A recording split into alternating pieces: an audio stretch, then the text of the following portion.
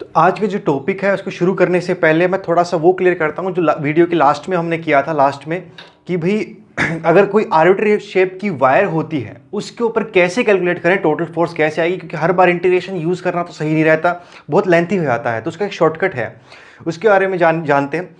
तो उसके लिए मैं एक एग्जाम्पल के तो आपको क्लियर करूँगा कि वो क्या है। तो यहाँ पे एक वायर फ्रेम है हमारे पास, वो वायर फ्रेम रेक्टेंगल का एक पार्ट है, उसकी एक साइड एल है, आधा रेक्टेंगल मान लो, एक एल लेंथ वायर ऐसे गई है, उसके बाद बी लेंथ की वायर नीचे गई है। तो बी लेंथ की वायर नीचे गई है, पूरे इस फ्रेम में से करंट आई चल रहा है। और आपको ये बताना है कि अगर वहाँ पे मैग्नेटिक फील्ड बी हो जो क्रॉस का मतलब क्या होता है इनसाइड द प्लेन जा रही हो, तो फिर इस फ्रेम के ऊपर कितनी फोर्स कैलकुलेट बनेगी वो निकालनी है हमको। तो मैं दोनों तरीके सिखाऊंगा आपको, एक जो सिंपल तरीका है या जो सही तरीका आता है उससे भी करूंगा, और फिर शॉर्टकट से करूंगा कैसे वो लागू होता है इन चीज़ों के ऊपर। ठीक, तो जो अभी हम जानते हैं कि फोर्स का जो फॉर्मूला होता है वो क्या होता है, आई एल क्रॉस बी, या बिल उसको बोलते हैं शॉर्ट फॉर्म में। अगर वेक्टर प्रोडक्ट में बोला जाए तो क्या होता है, वो आई एल क्रॉस बी होता है। देखो क्रॉस प्रोडक्ट में इसको क्यों लिखा गया था उसको भी थोड़ा क्लियर करता हूँ। 10th क्लास में भी मैग्नेटिज्म होता था अगर आपको याद होता तो, वहाँ पे लेकिन क्या होता था, बहुत सारे रूल होते थे डायरेक्शन फाइंड आउट करने के लिए। फ्लेमिंग्स लेफ्ट हैंड रूल था, फ्लेमिंग्स राइट हैंड रूल था, राइट हैंड थंब रूल था, उसके अलावा वहाँ पे एम्पेयर स्विमिंग रूल था। तो 4-5 रूल थे वहाँ पे डायरेक्शन फाइंड आउट करने के लिए, किस तरफ फोर्स बनेगी, फील्ड वगैरह वो सब निकालने के लिए, करंट वगैरह निकालने के लिए।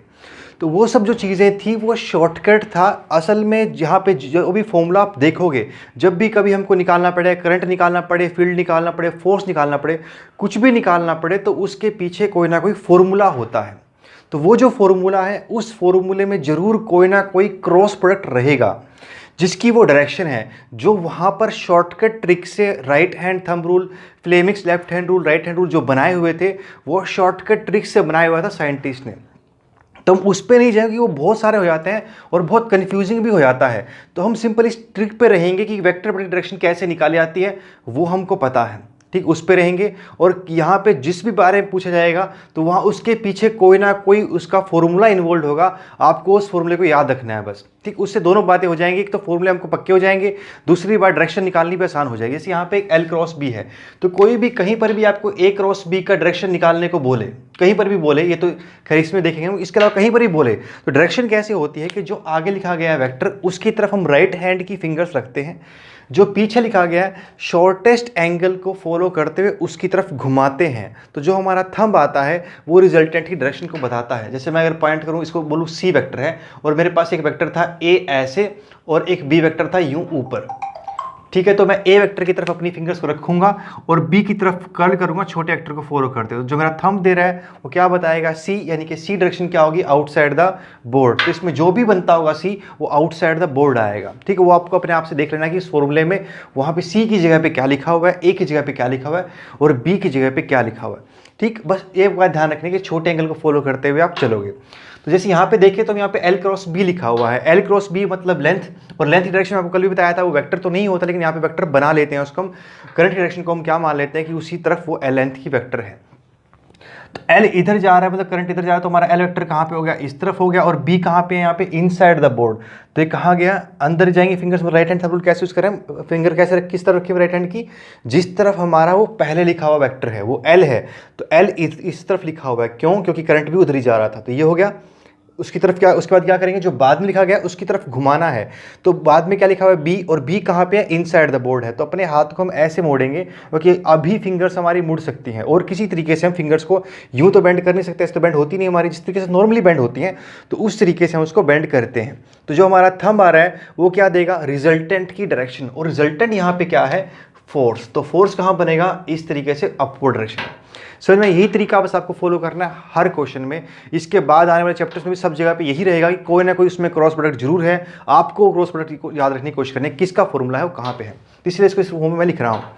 तो ये फॉर्मूला मैंने यूज़ किया, इसको हम दोनों हिस्सों में अलग अलग यूज़ करेंगे। पहले वाले पे यूज़ करेंगे, बी आई एल बन जाएगा सिंपल, और वहाँ पर डायरेक्शन मैंने निकाल ली, कहाँ पे आ रही है, फोर्स हमारी ऊपर। उसका नेक्स्ट पोर्शन अपने आप में एक स्ट्रेट लाइन थी, तो मैंने आपको कल ही बताया था कि हम लेंथ पूरी तभी पुट कर सकते हैं अगर वो स्ट्रेट हो। तो तो यहाँ पे स्ट्रेट है बी, तो हम पूरी लेंथ पुट करते हैं और फॉर्मूला कितना बन जाएगा फोर्स का हमारा बी आई बी। तो इस हिस्से पे सिर्फ फोर्स बन रही है बी आई बी और वो डायरेक्शन कहाँ पे, इस तरफ।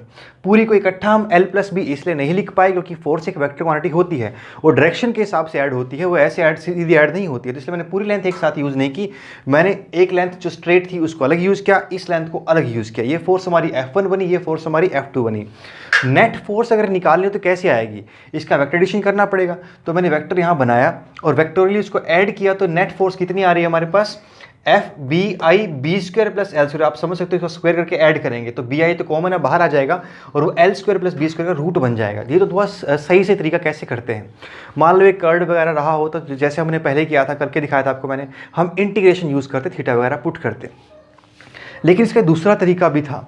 दूसरा तरीका क्या था कि जहाँ कहीं भी आपको कोई भी वायर नजर आए किसी मैग्नेटिक फील्ड में, उसमें से करंट चल रहा हो और आपसे कोई फोर्स पूछे, तो आपको सिंपल एक काम करना है कि अगर उसके जो दो एंड हैं, जो दो एंड, देखो अगर वो क्लोज लूप हुआ, वो वायर पूरी तरीके से बंद हुई, जैसे कोई भी शेप में ले लेता हूँ ऐसे, अगर वो वायर पूरी तरीके से बंद हुई, फिर इस पर नेट फोर्स जीरो आएगी। आंख मीच के आंसर लगाओ, इस पर नेट फोर्स जीरो आएगी ना, आंखें बंद कर लो, आंखें बंद करके आंसर लगाओ, इसमें नेट फोर्स जीरो आनी है, ठीक। और जो दूसरा केस हमारा है, अगर वो खुला हुआ थोड़ा सा भी, अगर वो ओपन है, थोड़ा सा भी ओपन है, फिर उस पर कुछ ना कुछ फोर्स आएगी।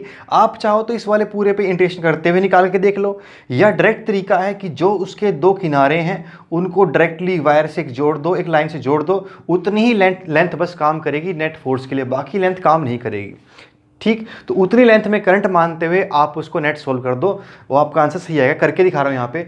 तो मैं मान रहा हूँ कि ये जो हमारी वायर है वो ऐसे नहीं थी, वो एक डायगोनल के रूप में थी, क्योंकि मुझे यहाँ पे इसका स्टार्टिंग पॉइंट नजर आ रहा है, यहाँ फाइनल पॉइंट नजर आ रहा है, तो मैं इसको सीधे एक लाइन से जोड़ दूंगा। तो जो मेरी फोर्स इस सीधी वायर पे बनेगी उतनी ही फोर्स इस पूरे फ्रेम पे बनेगी। तो आप इधर से निकालो, तो वो हम निकाल चुके हैं, आ गया हमारा। अब इस पर डायरेक्ट निकाल के देखते हैं, तो डायरेक्ट लेंथ कितनी बनेगी, ये तो स्ट्रेट होगी ना, एक वायर सीधी वायर होगी, इसकी लेंथ कितनी आएगी, L square plus B square का रूट आएगा। और बस उसके बाद क्या करना है, बी आई एल लगाना है, उसमें लेंथ डायरेक्ट पुट करनी है, तो आ गया फिर से वही B I L square plus B square का रूट। तो समझ में आया पॉइंट कि हम उसकी वायर की लेंथ को सीधे जोड़ सकते हैं। अब डायरेक्शन भी देख लो, अब डायरेक्शन कैसे निकालते हैं, देखो यहाँ पे स्टार्टिंग हुई है करंट की, यहाँ पे एंडिंग हुई है करंट की, यूं से गया ना करंट, तो हम सीधे क्या कर देंगे कि इस तरफ करंट गया, हम यूं एज्यूम कर रहे हैं कि करंट यहाँ से इस वायर में सीधा गया है, ऐसा मान के अगर आप निकालोगे फिर से, अगर मैं अब राइट हैंड थंब रूल लगा के दिखाऊं आपको इसमें, तो क्या बनेगा कि करंट कहाँ जा रहा है, नीचे की तरफ। तो फिंगर्स मैंने कहाँ रखी, नीचे की तरफ, और किस तरफ घुमाई, फील्ड की तरफ। और फील्ड कहाँ पे है मेरी, इनसाइड द बोर्ड है। अब देखो थंब कहाँ आ रहा है, उधर ही आ रहा है ना जहाँ पे नेट आ रहा था, तो ये भी सेम आएगा, वो बात हर जगह लागू होती है। अगर इसमें इस वायर फ्रेम में करंट हमारा यूँ, थोड़ा इसको बड़ा करके दिखाता हूँ, अगर ये मान लो ऐसे लूप है हमारा, कोई भी आर्बिट्री शेप है, तो अभी देखो ऐसे तो आप सोल्व कर नहीं पाओगे, इंटीग्रेशन भी पॉसिबल नहीं है इसकी। सर्कल वर्कल होगा तो आप इंटीग्रेशन कर सकते हो, लेकिन उसमें टाइम बहुत लग जाएगा। तो उसके लगाने की बजाय आप डायरेक्ट यूज़ करो कि इसका जो स्टार्टिंग पॉइंट हमारा, इसमें करंट यूँ था, ऊपर से गया और यहाँ पे आ गया, तो आप यूँ मानो कि ये जो भी फ्रेम है इसको हटा दो सब, उसकी जगह पे आपके पास सिंपल एक तार है जो यहाँ से शुरू होती है और यहाँ पे ख़त्म होती है। एरो देखना ऐसे बनेगा एरो, क्योंकि स्टार्टिंग पॉइंट ये है, एंडिंग पॉइंट ये है। तो आप सिर्फ इतनी वायर का फॉर्मूले में पुट करो और आपका आंसर आएगा, ठीक। और डायरेक्शन कैसे निकालेंगे, फिर से right hand thumb rule use करते हुए। अगर करंट बाई चांस रिवर्स होता, करंट इसका ऊपर की तरफ होता, फिर हम इसका करंट भी ऊपर की तरफ कर देते, हम इनिशियल से फाइंड कर देते और आंसर हो जाता, ठीक। तो ऐसा करने से आप किसी भी शेप का आंसर निकाल सकते हो जो हमको वैसे साफ साफ नज़र नहीं आ रहा है उस केस में, ठीक। और अगर वो लूप क्लोज्ड है, फिर तो कोई स्टार्टिंग एंड पॉइंट है ही नहीं उसका, फिर तो नेट वैल्यू क्या नहीं है, जीरो। आंसर प्रूफ करके देखोगे तो भी जीरो ही आएगा। तो ये था हमारा कल वाला पोर्शन, लास्ट वीडियो वाला पोर्शन जो हमने अभी क्लियर किया है। अब आगे बढ़ते हैं और इस पर देखते हैं एक और इसका छोटा सब टॉपिक है। देखो इसकी एक एप्लीकेशन होती थी, लॉरेंट्ज फोर्स है, ये थी साइंस। साइंस का मतलब क्या होता है कि कुछ एक कॉन्सेप्ट्स होते हैं जो हमको समझ में आ जाते हैं। जैसे यहाँ पे क्या है कि भैया हमारे पास एक अगर कोई करंट कैरिंग वायर होती है, करंट कैरिंग वायर हो या कोई चार्ज पार्टिकल हो, उसे आप किसी मैग्नेटिक फील्ड में थ्रो कर दोगे तो उसके ऊपर एक फोर्स लगती है। ये साइंस सब पे लगती है। तो ये साइंस हुई, साइंस का मतलब नॉलेज है, वो हमको नॉलेज है। अब उसके बेस पे कुछ एप्लीकेशन रहती हैं जिनको हम यूज़ करते हैं अपनी डेली लाइफ में, ठीक। उसके बेस कोई अप्लायंस बना देते हैं, ठीक। जैसे हम किसी चीज़ के ऊपर अगर फोर्स लगाएंगे तो वो टॉर्क लगाएंगे तो घूम जाती है। ये बात सिंपल साइंस है कि अगर हम किसी चीज़ को ट्विस्ट करेंगे तो वो टॉर्क लगने से घूम जाती है। अगर इसी के ऊपर बेस्ड हम एक स्क्रू ड्राइवर बना लेते हैं और उसके थ्रू अगर हम उसमें ट्विस्ट करते हैं तो वो चीज़ घूम जाती है, और घूमने से क्या होता है, स्क्रू टाइट या ढीला हो जाता है। तो वो चीज़ क्या है, उसकी टेक्नोलॉजी है कि हमने उस साइंस के ऊपर बेस्ड एक टेक्नोलॉजी, उसकी एप्लीकेशन बनाई तो जितनी भी फिजिक्स है हमारी, उस सब के ऊपर बेस्ड कुछ ना कुछ टेक्नोलॉजी होती है। तो ऐसे ही इस कॉन्सेप्ट के ऊपर बेस्ड लॉरेंट्ज ने जो हमको साइंस दी कि किसी चार्ज पार्टिकल के ऊपर फोर्स लगती है, तो उस साइंस के ऊपर बेस्ड कुछ टेक्नोलॉजी है, यानी कि 2 उसकी एप्लीकेशन है। तो वो 2 एप्लीकेशन में से एक एप्लीकेशन आपके सिलेबस से इस साल के लिए कट गई है, जो थी साइक्लोट्रॉन, तो वो तो चला गया इस बार। एक अभी बची है, इसका नाम है वेलोसिटी सेलेक्टर। तो इसको समझ लेते हैं कि ये होता क्या है। तो वेलोसिटी सेलेक्टर एक तरीके से एक हमारा ऐसा डिवाइस है जो हम एक पार्टिकुलर वेलोसिटी को सिलेक्ट करने में काम करते हैं। उसकी अपनी एक एप्लीकेशन है। क्या क्या करेगा, कोई फिक्स वेलोसिटी में सेलेक्ट करने के लिए हेल्प करता है। जैसे मान लो अगर आपको रुदरफोर्ड अल्फा स्कैटरिंग एक्सपेरिमेंट करना है, उस केस में आपको क्या करना है कि पार्टिकुलर वेलोसिटी का एक फिक्स वेलोसिटी ही आप चाहते हो कि हिट करे गोल्ड को, बाकी ना हिट करें। एक फिक्स वेलोसिटी आपने सेलेक्ट कर ली कि भाई इतनी ही बस वहाँ पे हिट करनी चाहिए, बाकी के पार्टिकल वहाँ पे हिट नहीं करने चाहिए। अब पार्टिकल देखो ऐसा तो होता नहीं कि वो कि बहुत बड़ा सा पार्टिकल है हम उसको थ्रो कर दें उस वेलोसिटी से, तो ऐसा तो वहाँ पे है नहीं। तो हमें क्या करने पड़ेंगे, वो किसी ना किसी सरफेस से इजेक्ट करने पड़ेंगे, और जबकि सरफेस से वो निकल के जाते हैं तो उस सरफेस से बहुत सारी वेलोसिटी निकलती हैं, मतलब हज़ारों वेलोसिटी के लिए 1 मीटर पर सेकंड, 2 मीटर पर सेकंड, 10 मीटर पर सेकंड, सभी तरह के वेलोसिटी के पार्टिकल वहाँ से निकलेंगे, और सारे के सारे किस तरफ बढ़ेंगे, गोल्ड फॉयल को हिट करने के लिए बढ़ेंगे। हम चाहते हैं कि इसमें से सपोज मेरा मन कर रहा है सिर्फ 10 मीटर पर सेकंड वाला पार्टिकल ही जा करके इसको हिट करे, बाकी पार्टिकल इसको जा करके हिट ना करें, क्योंकि मुझे इफेक्ट सिर्फ 10 वाले का देखना है। तो मुझे उनको वहाँ से हटाना पड़ेगा, और वो हट ऐसे नहीं सकते क्योंकि वो वैसे भी हमको नज़र तो आ ही नहीं रहे हैं। तो कोई ना कोई साइंस उसमें यूज़ करनी पड़ती है, वो है ये। देखो कैसे, तो अगर हम कभी देखते हैं कि कहीं पे इलेक्ट्रिक फील्ड और मैग्नेटिक फील्ड दोनों हों, तो नेट फोर्स कितनी बनती है, charge into electric field plus Q into V cross भी ये बनती है। अब इसमें दोनों फील्ड का अपना अपना काम है, दोनों फोर्स लगा रही हैं। ये तब है जब दोनों साइमल्टेनियसली काम करती हैं। इलेक्ट्रिक फील्ड की प्रॉपर्टी है कि वो किसी पॉजिटिव चार्ज की बात कर रहा हूँ, वो किसी पॉजिटिव चार्ज पे फोर्स अपनी तरफ लगाती है। जिधर भी इलेक्ट्रिक फील्ड डायरेक्शन होगी वो उधर ही लगाएगी फोर्स। ठीक, ये इलेक्ट्रिक फील्ड की प्रॉपर्टी है, पॉजिटिव चार्ज की बात हो रही है। और मैग्नेटिक फील्ड की प्रॉपर्टी कि वो अपने से परपेंडिकुलर लगाएगी जब भी फोर्स लगाएगी। तो अब इसका हम यूज़ करेंगे, देखना। तो अगर ये नेट फोर्स हम चाहते हैं किसी तरीके से जीरो हो जाए, अभी भी साइंस चल रही है कि साइंस चल रही है कि अगर ये किसी तरीके से जीरो हो जाए, तो अगर ये जीरो हो जाएगी तो वो केस कौन सा रहेगा कि Q V plus Q V भी क्या होना चाहिए, इक्वल टू जीरो होना चाहिए। इसमें से मैं इसको इधर ले आऊँ क्योंकि डायरेक्शन सेम आनी चाहिए, क्योंकि वैसे तो वेक्टर है तो वेक्टोरियली ही ऐड होना चाहिए। कब ऐसा हो सकता है कि दोनों की डायरेक्शन सेम हो, तो हम इसको सिंपल वेक्टर की तरह सोल्व कर सकते हैं। तो ये इधर चला गया क्यू वी, क्यू से क्यू कट गया, और साइन थीटा को अगर मैं लेट कर लेता हूँ कि 90 है, थीटा अगर बाई चांस 90 हो हमारा, तो साइन थीटा भी चला गया। तो अगर ये एक ऐसा केस हमारे पास निकल के आया है कि ई बाई बी इक्वल टू क्या हो जाएगा, वी। ई बाई बी क्या हो जाएगा, वेलोसिटी के बराबर हो जाएगा। और जिस केस में ई बाई बी वेलोसिटी के बराबर हो और वेलोसिटी में और मैग्नेटिक फील्ड में एंगल 90 हो, और ये पूरे वाली फोर्स और ये फोर्स की डायरेक्शन सेम या एक दूसरे के अपोजिट हो। वैसे अपोजिट आने चाहिए, इधर जाएगा तो माइनस आएगा, तो माइनस कहता है कि अपोजिट हो।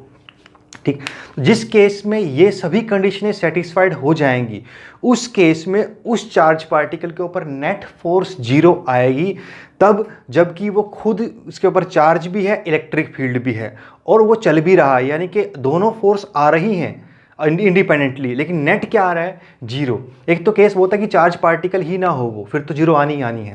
ये तब की बात है जब उस पे चार्ज भी है और वेलोसिटी है, फिर भी उसका नेट फोर्स क्या बन रही है, जीरो बन रही है। लेकिन वो केस की एक स्पेशल कंडीशन बनी है कि वेलोसिटी और फील्ड में क्या एंगल होना चाहिए, 90 होना चाहिए, और ये पूरा इस तरह क्या होना चाहिए, एंटी पैरेलल होना चाहिए, और साथ में एक कंडीशन एक E by B equal to V भी सेटिस्फाइड होनी चाहिए। तो उस केस में हमारी वो चार्ज पार्टिकल के ऊपर नेट फोर्स जीरो आ जाएगी, और वो अनडिफ्लेक्टेड निकल जाएगा इलेक्ट्रिक फील्ड और मैग्नेटिक फील्ड के बीच में से पास होते हुए भी। नहीं तो क्या होना था कि अगर इलेक्ट्रिक फील्ड डोमिनेट करती वो खींच लेती, या मैग्नेटिक फील्ड डोमिनेट करती वो खींच लेती। तो क्लियर करता हूं उसको एग्जांपल के थ्रू। तो मैंने एक एग्जांपल लिया है, तो मेरा मन कर रहा है कि मैं इस होल में से अपना एक चार्ज पार्टिकल पास करवाऊँ। मेरे पास बहुत सारे चार्ज पार्टिकल इधर से आ रहे हैं, सबकी डिफरेंट वेलोसिटी है, और सब किस तरफ जा रहे हैं, अलोंग आई डायरेक्शन, आई कैप यानी कि एक्स की तरफ जा रहे हैं सारे चार्ज पार्टिकल। इनमें से मेरा सिर्फ दिल कर रहा है कि सिर्फ एक चार्ज पार्टिकल हो जो यहाँ पे इस होल में से निकल जाए या इस स्क्रीन को स्ट्राइक करे, बाकी सब यहाँ पे जाने नहीं चाहिए। यहाँ से पहले ही मुझे उनको मोड़ देना है, वहाँ से डेविएट कर देना बाकी सबको। तो उसके लिए मैंने सिलेक्ट किया कि एक मैं इलेक्ट्रिक फील्ड लूँगा जो कहाँ पे आएगी। देखो ये बहुत सारे कॉम्बिनेशन पॉसिबल हैं, इस केस में बहुत सारे कॉम्बिनेशन हो सकते हैं। तो मैंने एक सेलेक्ट किया उसमें से कि अगर इलेक्ट्रिक फील्ड मैं लूँ 20 न्यूटन पर कूलम अलोंग जे कैप, जे कैप मतलब वाई एक्सिस की तरफ। तो इलेक्ट्रिक फील्ड अगर मैं इस तरफ लेता हूँ और उसकी वैल्यू 20 न्यूटन पर कूलम हो, ठीक, और साथ में तो एक फोर्स कहाँ लग जाएगी इसके ऊपर, तो जो भी चार्ज पार्टिकल हमारे इधर जा रहे हैं तो पॉजिटिव चार्ज के ऊपर क्या करेगा, इनको ये चार्ज हमारा पॉजिटिव था जो भी था, तो उस पॉजिटिव चार्ज को क्या करेगा, इलेक्ट्रिक फील्ड अपनी तरफ ऊपर खींच लेगी, तो उसके ऊपर जाने की टेंडेंसी हो जाएगी। तो अब उसको काउंटर करने के लिए मैंने एक ऐसी फील्ड बनाई वहाँ पे, मैग्नेटिक फील्ड, जो नेट फोर्स कहाँ देती हो, नीचे। तो उसके लिए क्या केस पॉसिबल है, पॉजिटिव चार्ज है उधर जा रहा है और मुझे नेट फोर्स चाहिए नीचे, क्योंकि मुझे काउंटर करना है इलेक्ट्रिक फोर्स को जो ऊपर लग रही थी। ठीक, तो मैंने क्या किया, मेरा हाथ ऐसे ही पॉइंट हो सकता है क्योंकि तभी हमारी नेट फोर्स कहाँ पे आएगी, नीचे आएगी। तो बी कहाँ होना चाहिए, आपकी तरफ। वो डायरेक्शन क्या कहते हैं, हम के कैप कहते हैं। तो मैं के कैप की तरफ, ठीक, के कैप यानी पॉजिटिव जेड की तरफ अगर एक मैग्नेटिक फील्ड लेता हूँ और सपोज उसकी वैल्यू 2 टेस्ला है, टेस्ला इसकी एसआई यूनिट होती है, और एक कन्वर्जन है 10⁻⁴ tesla equal to 1 gauss, question में आपके काम आ सकती है। तो अगर मैं ये मैग्नेटिक फील्ड लेता हूँ जो कहाँ पे आ रही है, प्लस के की तरफ, मतलब ऐसा अगर बन जाए केस, हमारे पास केस बहुत सारे पॉसिबल हैं, वो डिपेंड करता है कि इनिशियली इसकी डायरेक्शन क्या है या इसकी डायरेक्शन क्या है। किसी भी एक को चेंज करोगे हमारी कंडीशन बदल जाएगी, फिर नई कंडीशन उसको सेटिस्फाई कर सकती है। तो अगर मैं इसके लिए सोल्व करूं और फिर E/B की वैल्यू निकालूं तो कितना बनेगा, E/B 10 मीटर पर सेकेंड आ जाएगा।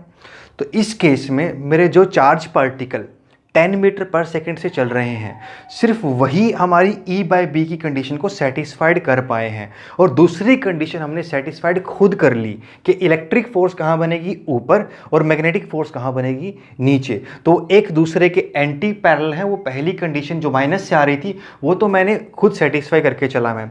उसके बाद इस रेशो से जो वैल्यू आ रही है वो 10 मीटर पर सेकेंड आ रही है, यानी कि 10 मीटर पर सेकेंड वाले पार्टिकल इसकी दूसरी कंडीशन सेटिस्फाई करते हैं। जब वो दोनों कंडीशनें सेटिस्फाइड होती हैं, पहली और दूसरी, तो उस चार्ज पार्टिकल के ऊपर नेट फोर्स क्या बनती है, 0, और वो अनडिफ्लेक्टेड निकलता है। यानी जो चार्ज पार्टिकल 10 मीटर पर सेकेंड से आए हैं वो चार्ज पार्टिकल अपने रास्ते से नहीं चेंज करेंगे और उसी रास्ते पे चलते रहेंगे।